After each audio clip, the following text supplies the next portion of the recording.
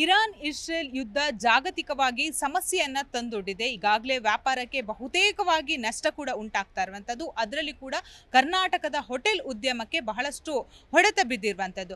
ಹಾಗಾದ್ರೆ ಹೋಟೆಲ್ ಅನ್ನ ನಡೆಸುವಂತಹ ಹೋಟೆಲ್ ಮಾಲೀಕರು ಏನು ಹೇಳ್ತಾರೆ, ಹಾಗೆಯೇ ಇದರ ಬಗ್ಗೆ ಆರ್ಥಿಕ ತಜ್ಞರು ಏನು ಹೇಳ್ತಾರೆ, ಜನಸಾಮಾನ್ಯರು ಏನು ಹೇಳ್ತಾರೆ? ಯಾಕಂದ್ರೆ ಹೋಟೆಲ್ ಅನ್ನ ಬಹುತೇಕ ಜನ ಹೋಟೆಲ್ಗೆ ಬಂದು ತಿಂಡಿ, ಮಾರ್ನಿಂಗ್ ಬ್ರೇಕ್ಫಾಸ್ಟ್ ಆಗಿರ್ಬೋದು, ಮಧ್ಯಾಹ್ನದ ಊಟ ಆಗಿರ್ಬೋದು, ರಾತ್ರಿ ಡಿನ್ನರ್ ಅನ್ನ ಕೂಡ ಮಾಡ್ತಾರೆ. ಹಾಗೆಯೇ ಹೋಟೆಲ್ ಬೆಂಗಳೂರಲ್ಲಿ ಬಹಳಷ್ಟು ಉದ್ಯಮ ಈಗಾಗಲೇ ಒಂದು ಮುಂಚೂಣಿಯಲ್ಲಿರುವಂಥದ್ದು. ಪಿಜಿಯಲ್ಲಿ ಇರೋರು ಕೂಡ ಹೋಟೆಲ್ಗೆ ಬಂದು ತಿಂಡಿ ಅಂತಿರುವಂಥದ್ದು. ಈಗ ಗ್ಯಾಸ್ನ ಪೂರೈಕೆಯಲ್ಲಿ ವ್ಯತ್ಯಯ ಆದರೆ ಬಹಳಷ್ಟು ಸಮಸ್ಯೆಗಳು ಎದುರಾಗುತ್ತೆ. ಹಾಗಾದ್ರೆ ಹೋಟೆಲ್ ಮಾಲೀಕರು, ಜನಸಾಮಾನ್ಯರು ಏನು ಹೇಳ್ತಾರೆ, ಬನ್ನಿ ಮಾತಾಡ್ಸ್ಕೊಂಡು ಬರೋಣ. ಗ್ಯಾಸ್ ಸಪ್ಲೈ ಹೋಟೆಲ್ಗಳಿಗೆ ಸ್ಥಗಿತ ಆಗುತ್ತೆ ಅನ್ನೋ ಮಾಹಿತಿ ಇರುವಂಥದ್ದು ಇರಾನ್ ಇಸ್ರೇಲ್ ಯುದ್ಧದಿಂದ. ಸೊ ಇದು ಎಷ್ಟು ಎಫೆಕ್ಟ್ ಆಗ್ಬೋದು? Ma'am, I am a college student. ನಾನು ಯೂಶ್ವಲಿ ಕಾಲೇಜ್ ಆದಮೇಲೆ ನಾನು ಔಟ್ಸೈಡ್ ಹೋಗಿ ತಿನ್ನೋಕ್ಕೆ ಹೋಗ್ತೀನಿ. ಹೋಟೆಲ್ಸ್ ಯೂಸ್ ಮಾಡ್ತೀನಿ, ರೋಡ್ ಸೈಡ್ ಹೋಟೆಲ್ಸು. ಇವಾಗ ನಮಗೆ ಇರಾನ್ ಮತ್ತು US ವಾರ್ ನಡೀತಾ ಇದೆ. ಸೊ ಅವರು ಇವಾಗ ನಮ್ಮ ಇಂಡಿಯನ್ಸ್ಗೆ ಗ್ಯಾಸ್ ಸಪ್ಲೈ ಕಟ್ ಆಫ್ ಮಾಡಿಬಿಡೋಣ ಅಂತ ಹೇಳ್ತಿದ್ದಾರೆ. ಅದು ತುಂಬ ಈಗ ಎಫೆಕ್ಟ್ ಆಗುತ್ತೆ ಮನೆಗೂ ಆಗಲಿ, ಹೋಟೆಲ್ಸ್ಗೆ, ರೆಸ್ಟು, ಹಾಸ್ಪಿಟಲು, ಎಲ್ಲ ವರ್ಕಿಂಗ್ ಮಾಡೋರಿಗೆ, ಆಫೀಸ್ಗೆ ಹೋಗೋರಿಗೆ ಎಲ್ಲರಿಗೂ ಎಫೆಕ್ಟ್ ಆಗುತ್ತೆ. ತುಂಬ ಪ್ರಾಬ್ಲಮ್ ಇದೆ. ಗ್ಯಾಸ್ ಇಲ್ಲ ಅಂದರೆ ತುಂಬ ಪ್ರಾಬ್ಲಮ್ ಇದೆ. ಪರ್ ಡೇ ಏನೆಲ್ಲ ಮಾಡ್ತೀರಾ ಮನೆಯಲ್ಲಿ? ಪರ್ ಡೇ ಮಾರ್ನಿಂಗು ನಾಷ್ಟ, ತಿರ್ಗಾ ಮಧ್ಯಾಹ್ನ ಅಡುಗೆ, ಸಾಂಬಾರು ಎಲ್ಲ ಮಾಡ್ತೀವಿ. ತಿರ್ಗಾ ನೈಟ್ಗೂ ಬೇಕು, 3 ಟೈಮ್ಸ್ ಬೇಕೇ ಬೇಕು. ಅದಿಲ್ಲ ಅಂದರೆ ಯಾರಿಗೂ ಯೂಸೇ ಇಲ್ಲ. ಸರ್, ಈಗಾಗಲೇ ಇರಾನ್ ಇಸ್ರೇಲ್ ಯುದ್ಧದಿಂದಾಗಿ ಬಹುತೇಕ ಮೊಟ್ಟೆ ಉದ್ಯಮ ಆಗಿರ್ಬೋದು, ಬೇರೆ ಬೇರೆ ರೀತಿಯಾದಂತಹ ಉದ್ಯಮಕ್ಕೆ ಹೊಡೆತ ಬೀಳ್ತಾ ಇದೆ. ಇದೀಗ ಹೋಟೆಲ್ ಉದ್ಯಮ, ಗ್ಯಾಸ್ ಪೂರೈಕೆ ಸ್ಥಗಿತ ಆದರೆ ನಿಮ್ಮ ಹೋಟೆಲ್ ಉದ್ಯಮಕ್ಕೆ ಎಷ್ಟು ಎಫೆಕ್ಟ್ ಆಗುತ್ತೆ ಸರ್? ನೋಡಿ, ಈಗಾಗಲೇ ಎಫೆಕ್ಟ್ ಆಗಿದೆ. ಈಗ ಸೋಮವಾರದಿಂದ ಗ್ಯಾಸ್ ಸಪ್ಲೈ ಸಿಗ್ತಾ ಇಲ್ಲ, ಕಮರ್ಷಿಯಲ್ ಕೊಡಲ್ಲ ಅಂತ ಹೇಳ್ಬಿಟ್ಟು ಡಿಸ್ಟ್ರಿಬ್ಯೂಟರ್ಗಳು ಹೇಳ್ತಾ ಇದ್ದಾರೆ.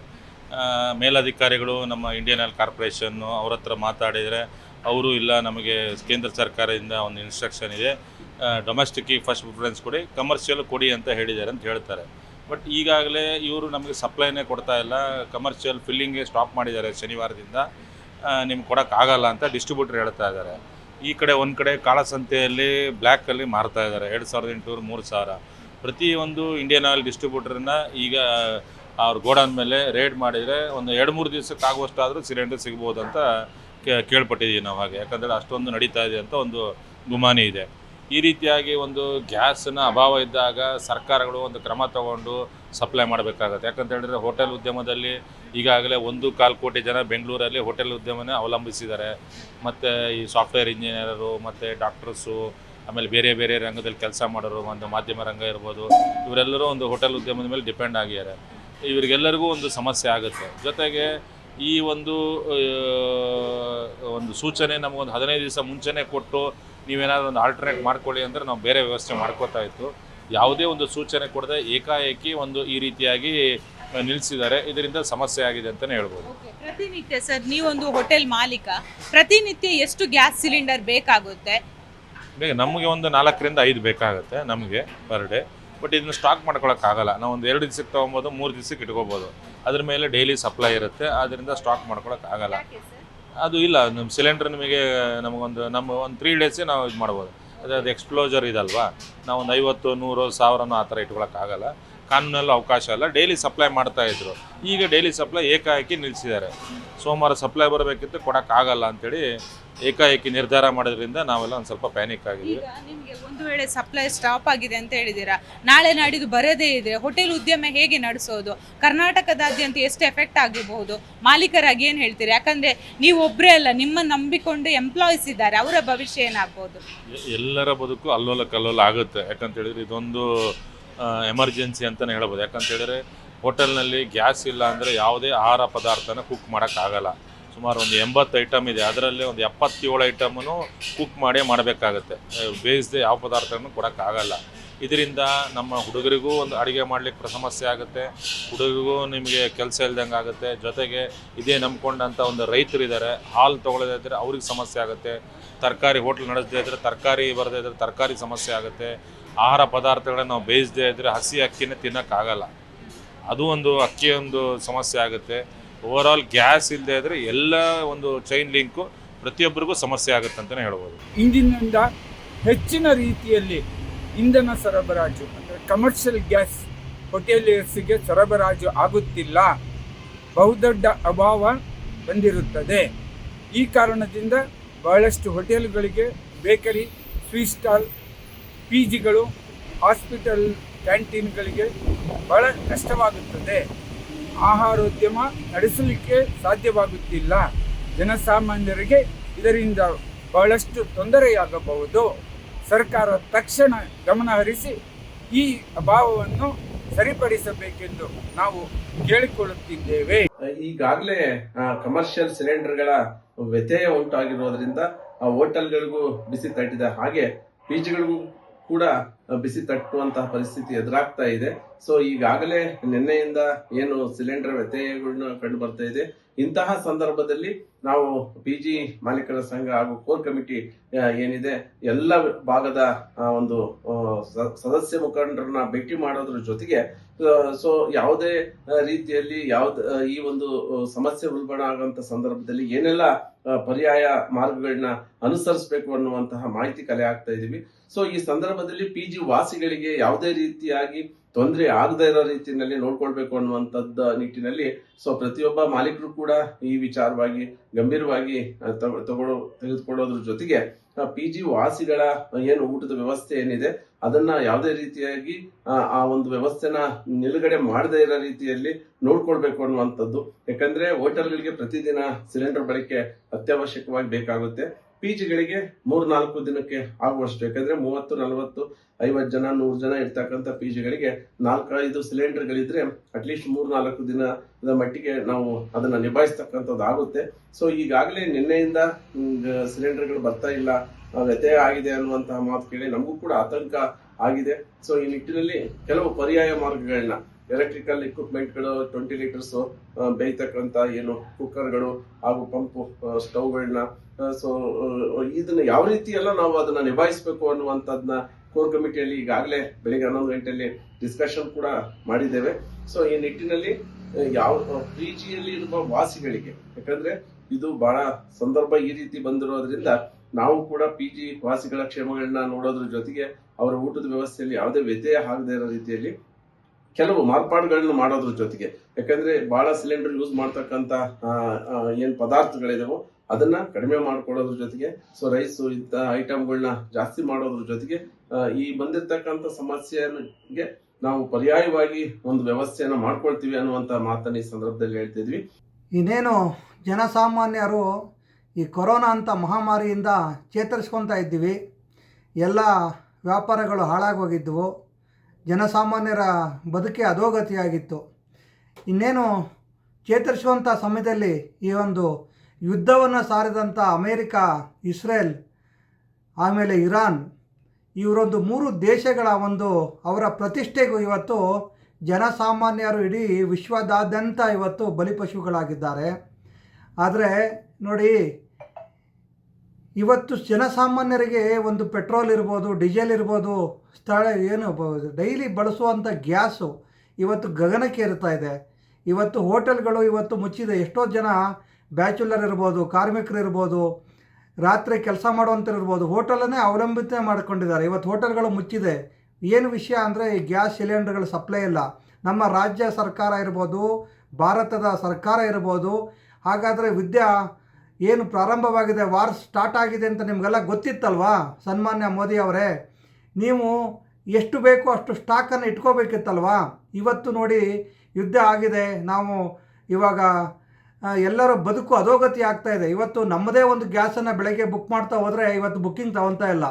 ಹೇಗಪ್ಪ ಇದು ಜೀವನ ಮಾಡೋದು ಅಂತ ಆಗಿದೆ. ಇವತ್ತು ಹೋಟೆಲ್ಗಳು ಇವತ್ತು ರೇಟ್ಗಳು ಒಂದು ಕಡೆ ಗಗನಕ್ಕೇರಿದ್ರೆ ಒಂದು ಕಡೆ ಹೋಟೆಲ್ಗಳು ಮುಚ್ಚಿದ್ದಾರೆ.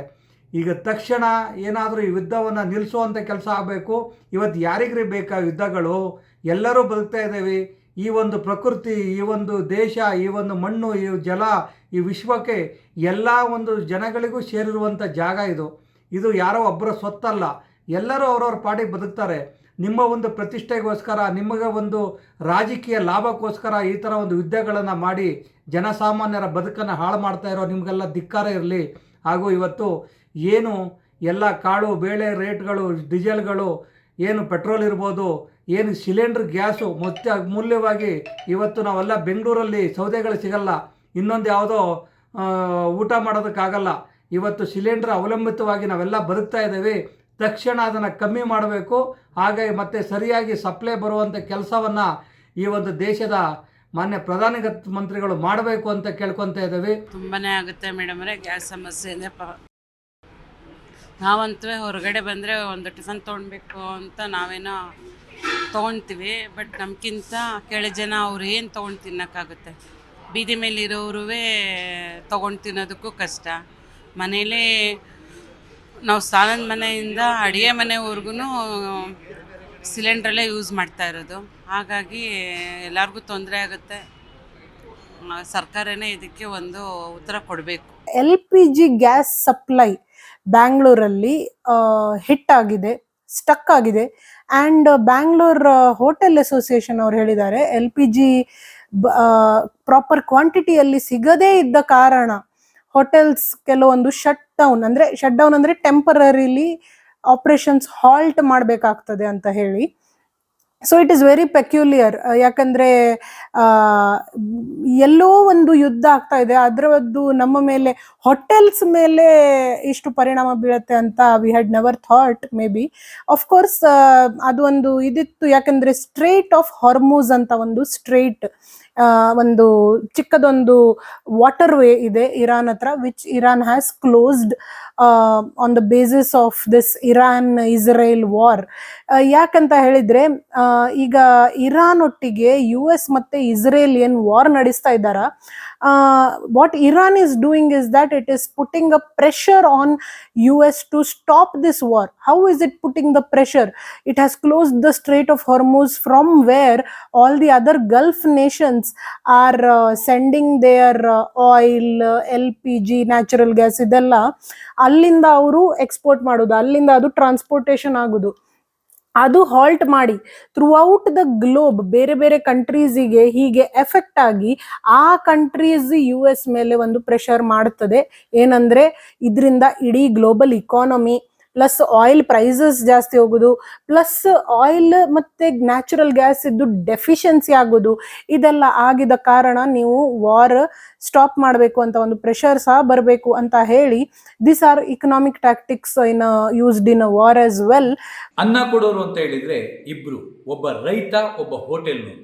ಇವತ್ತು ಹೋಟೆಲ್ನವರಿಗೆ ಸಂಕಷ್ಟ ಒದಗಿ ಬಂದಿದೆ. ಇರಾನ್ನಲ್ಲಿ ಇಸ್ರೇಲು ಮತ್ತು ಇರಾನ್ ಹಾಗೂ ಅಮೆರಿಕದ ಯುದ್ಧದ ನಡುವೆ ಇವತ್ತು ನಮಗೆ ಗ್ಯಾಸ್ ಸಪ್ಲೈ ಆಗ್ತಾ ಇಲ್ಲ, LPG ಗ್ಯಾಸ್ ಸಪ್ಲೈ ಆಗ್ತಾ ಇಲ್ಲ ಅಂತ ಹೇಳ್ಬಿಟ್ಟು ಹೋಟೆಲ್ ಸಂಘದವರು ಹೋಟೆಲ್ನ ಬಂದ್ ಮಾಡಲಿಕ್ಕೆ ಸರ್ಕಾರಕ್ಕೆ ಒಂದು ಗಡುವನ್ನು ನೀಡಿದ್ದಾರೆ. ಬಂದ್ ಮಾಡ್ತಾ ಇದ್ದೇವೆ, ನಮಗೆ ಸರಿಯಾದ ಒಂದು ಗ್ಯಾಸ್ ಸಿಗ್ತಾ ಇಲ್ಲ ಅಂತ ಹೇಳ್ಬಿಟ್ಟು ಬೇಸರ ಆಗ್ತಾ ಇದೆ.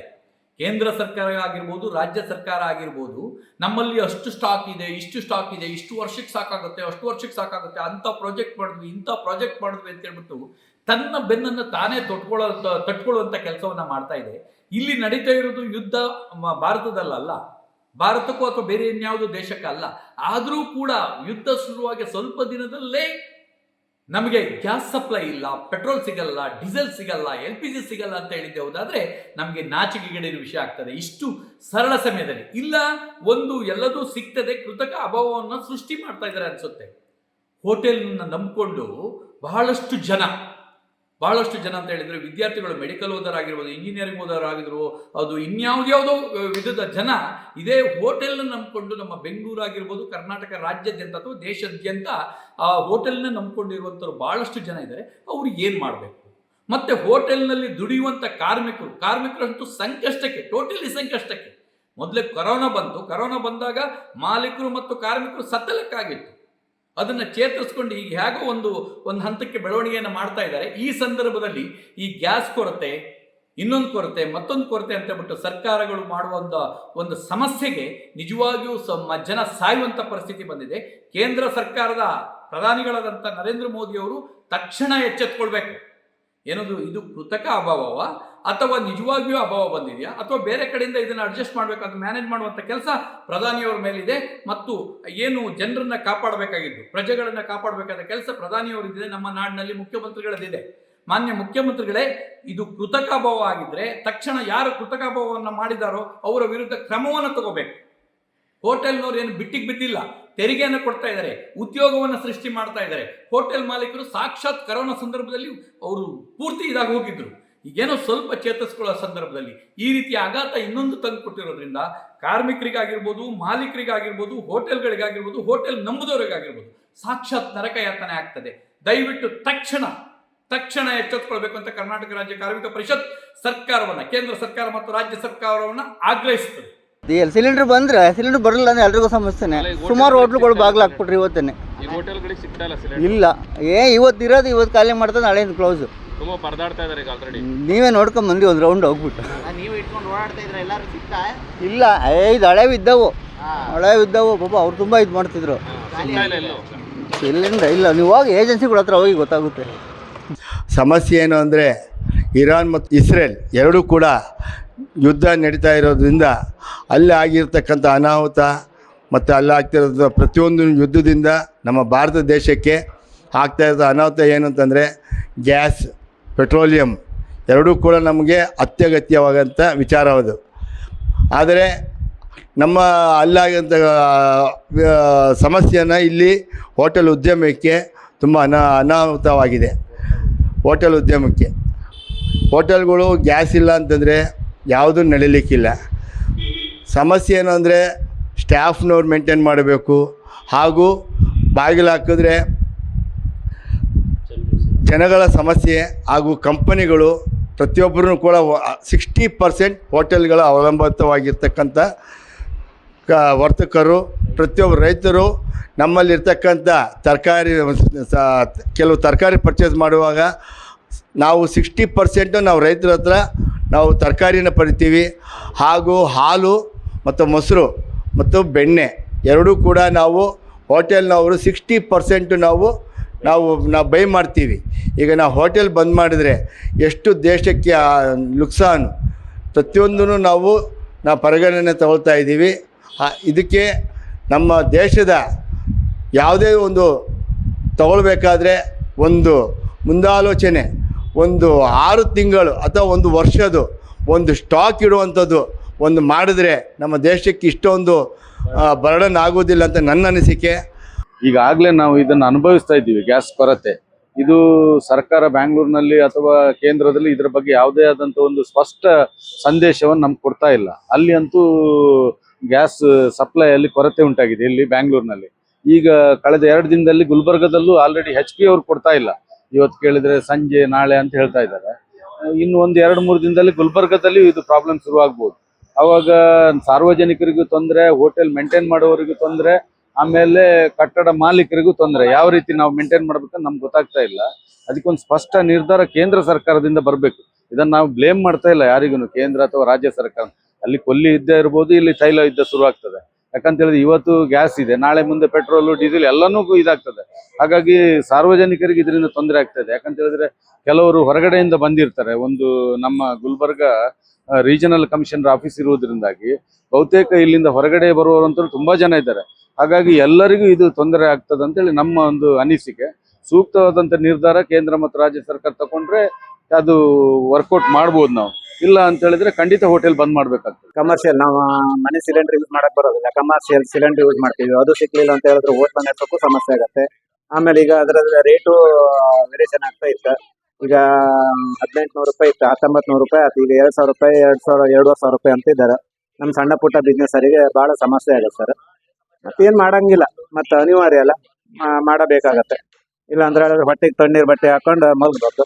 ನಾವು ದುಡ್ಡು ಪೂರ್ತಿ ಸಣ್ಣ ಪುಟ್ಟ ಬಿಸ್ನೆಸ್ ಅಲ್ಲಿ ಮಾಡ್ತಿದ್ದವಾಗ 2,500 ರೂಪಾಯಿ ಸಿಲಿಂಡರ್ ಅಂತ ಹೇಳಿದ್ರೆ ಮತ್ತೆ ದುಡ್ಡು ಪೂರ್ತಿ ಅವರಿಗೆ ಕೊಡೋದಾಗತ್ತಲ್ಲ, ಮತ್ತೆ ನಾವೇನ್ ಮಾಡ್ಬೇಕಾಗಲ್ಲ. ಈಚೆಗೆ ಕೇಂದ್ರ ಸರ್ಕಾರದ ನಡೆ ಮತ್ತು ಅಲ್ಲಿ ಸಂಸತ್ತಿನಲ್ಲಿ ಆಗ್ತಕ್ಕಂಥ ಎಲ್ಲಾ ವ್ಯವಹಾರಗಳನ್ನು ನೋಡಿದ್ರೆ ಬಹಳ ವಿಚಿತ್ರ ಮತ್ತು ಅಸಹ್ಯಕರ ಸನ್ನಿವೇಶ ನಿರ್ಮಾಣ ಆಗ್ತದೆ. ಅದರಲ್ಲಿ ನಂಬರ್ 1 ಹೇಳೋದಾದ್ರೆ, ಯುದ್ಧ ಫಾರಿನ್ದಲ್ಲಿ ಆದರೂ ಕೂಡ ಇಂಟರ್ನ್ಯಾಷನಲ್ದಲ್ಲಿ ಇರ್ತಕ್ಕಂಥ ತೈಲ ಕಂಪನಿ ಹೆಚ್ಚು ಕಮ್ಮಿ ಆಗೋದ್ರಿಂದ ಅದು ಆಗೋದು ನ್ಯಾಚುರಲ್.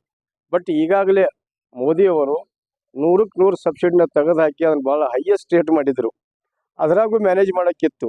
ಅದನ್ನು ಮಾಡಲಾರ್ದು ಕೇವಲ ಅಂತಾರಾಷ್ಟ್ರೀಯ ಯುದ್ಧ ನೆಪ ಮಾಡಿಕೊಂಡು ಒಮ್ಮೆಲೆ 150-80 ಖರ್ಚು ಮಾಡಿದ್ರೆ ಮತ್ತು ಇವ್ರು ಜನಸಾಮಾನ್ಯ ಬದುಕೋದು ಹೇಗೆ? ಈ ನಟ್ಟಲ್ಲ ಮತ್ತೇನು ಬರ್ತಾ ಇದ್ದಲ್ಲಿ ಪೆಟ್ರೋಲ್ ಡೀಸೆಲ್ ಜಾಸ್ತಿ ಆದರೂ ಆಗ್ಬೋದು.